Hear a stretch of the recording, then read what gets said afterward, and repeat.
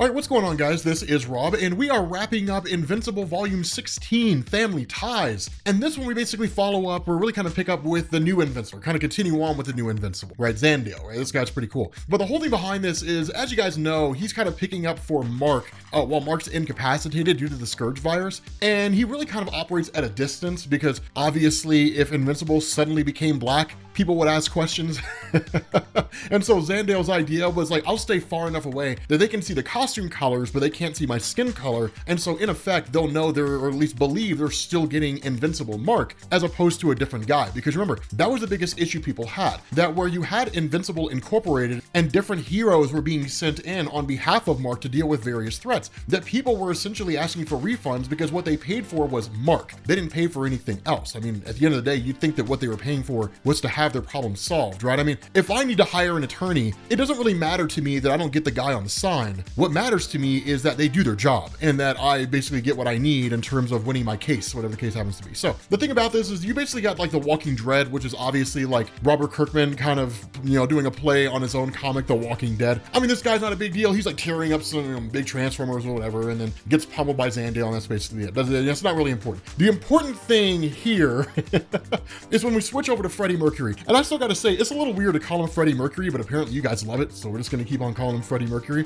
But the crazy thing about this is Freddie Mercury has this conversation with Dinosaurus. Now remember, Dinosaurus is kind of like this Incredible Hulk type thing, right? Where basically this guy turns into Dinosaurus, but Dinosaurus is actually the genius, right? So it's like if Bruce Banner was kind of an idiot and he turned into the Incredible Hulk, who is basically Professor Hulk, right? Just like this pure genius and, just wildly intelligent. And so where Dinosaurus is like, look, like I'm not here, causing trouble or anything like that. And even where Dinosaurus says, like, I've gained access to your systems and so on and so forth. He's like, what I need is to be able to work alongside your scientists, right? Like I need to be able to speak with your scientists because I have some questions. Now, as you guys know, Freddie Mercury killed the lead scientist that was here because the lead scientist had gained information that Freddie Mercury didn't want anybody else to know. What that information is, we don't know yet. We simply just know that's what he did. And so following the defeat of the Walking Dread, Zandale goes to visit Adam Eve and then kind of puts the moves on her. I mean, Adam Eve, of course, is struggling with the fact that like Mark may not recover from the Scourge virus, that he might die. I mean, this guy Zandale made the total wrong move here. But as he's talking to her, he was like, look, if ever, if you need anything, let old Zandale know, right? Zandale, he's a Swiss Army knife, right? I mean, whatever ails you, Zandale's got the cure.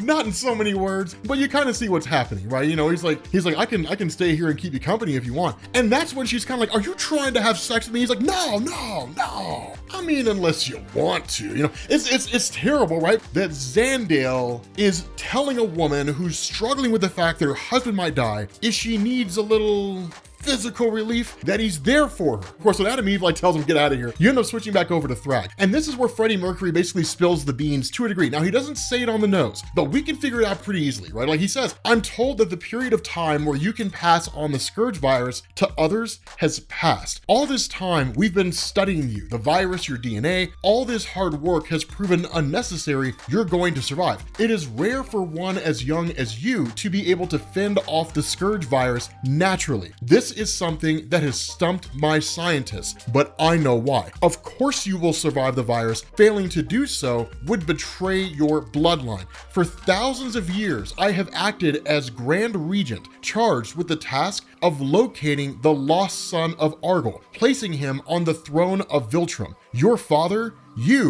no, I will not yield my position to traitors. If I have to forfeit our time here on Earth, then so be it. Essentially, what Freddie Mercury is saying here is that Mark and his father are directly tied. They're direct descendants to the rightful throne of Viltrum. They are, in effect, the rightful kings. Now, what would happen here if Freddie Mercury were to yield his position is that Nolan, right, Omni-Man, would step in as the king of the Viltrumite race and and that Mark would be his son. He would be prince of the Viltrumite race. But Freddie Mercury refuses to let that happen. And in fact, he actually goes to attack Mark, right? Goes to choke him out and says, well, if I'm lucky, then maybe fortune will smile down on me and they'll believe the Scourge virus took you, right? That no one's gonna ask any questions, that my scientists will say, man, the Scourge virus took him, God, it's so terrible. And Freddie Mercury will be like, yeah, man, it's just so bad. And that'll be the end of it. No one will ask any questions. He's like, all of this could work out. And look at the way he looks. He looks maniacal, right? And it kind of makes sense. If you are a person like him, who is by all standards of measurement immortal,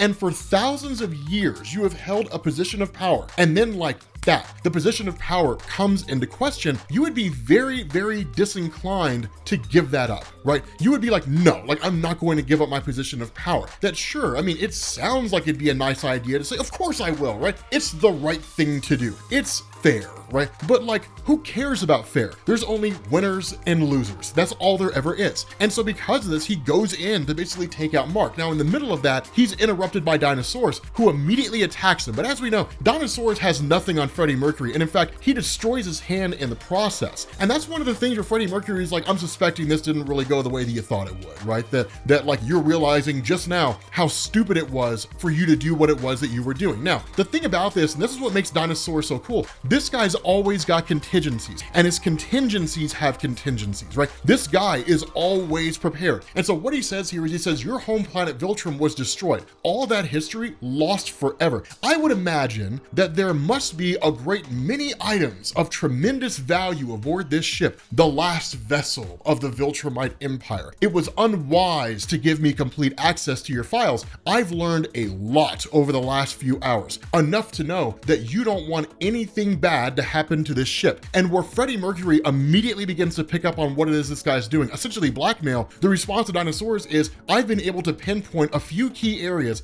where an element could be altered, climate adjusted, to cause disastrous, explosive even results. I've got systems monitoring my heart rate. As it rises, it will set off a series of explosions inside this ship. And where Freddie's like, you really expect me to believe that's something that you would do? He was like, not at all. But if my calculations are correct, one should be going off right about now. Boom! And like this huge explosion goes off in the distance. And that's when he's like, now that I have your attention, why are you here to kill Invincible, right? Like, why are you doing this? Like, you and your team were like adamant about saving his life less than an hour ago, right? You were like, you wouldn't let anybody into this room for fear that he might die. And he's a member of the Viltrumite race, even if he's only part human, and you need as many Viltrumites as you can possibly have. So what's changed? What did you discover that would cause you to reconsider this? And then of course, Freddie Mercury won't give him an answer, and then it's just like, you asked too many questions, and then immediately goes in to attack him. Now, the funny thing about this is that while Freddie Mercury is absolutely pummeling Dinosaurus, the response to Dinosaurus is like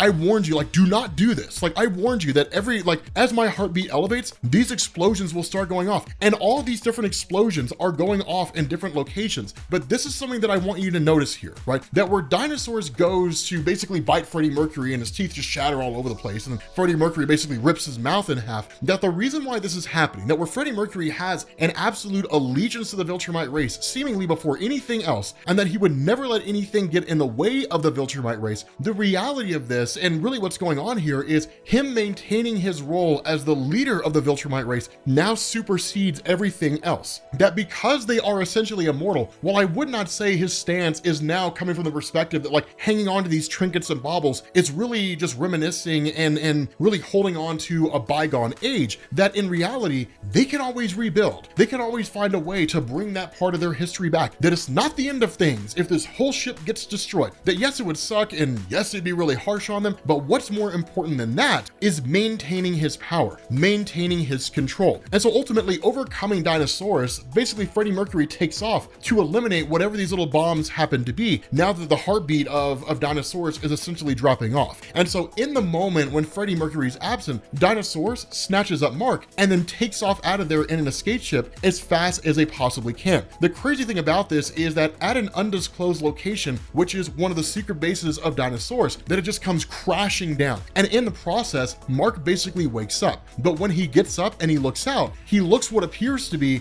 Dinosaurus, who's been killed in the crash. With that being said, guys, we're gonna bring this to an end. I know this one was shorter than the other ones, but thank you guys for watching, and I will catch you all later. Peace.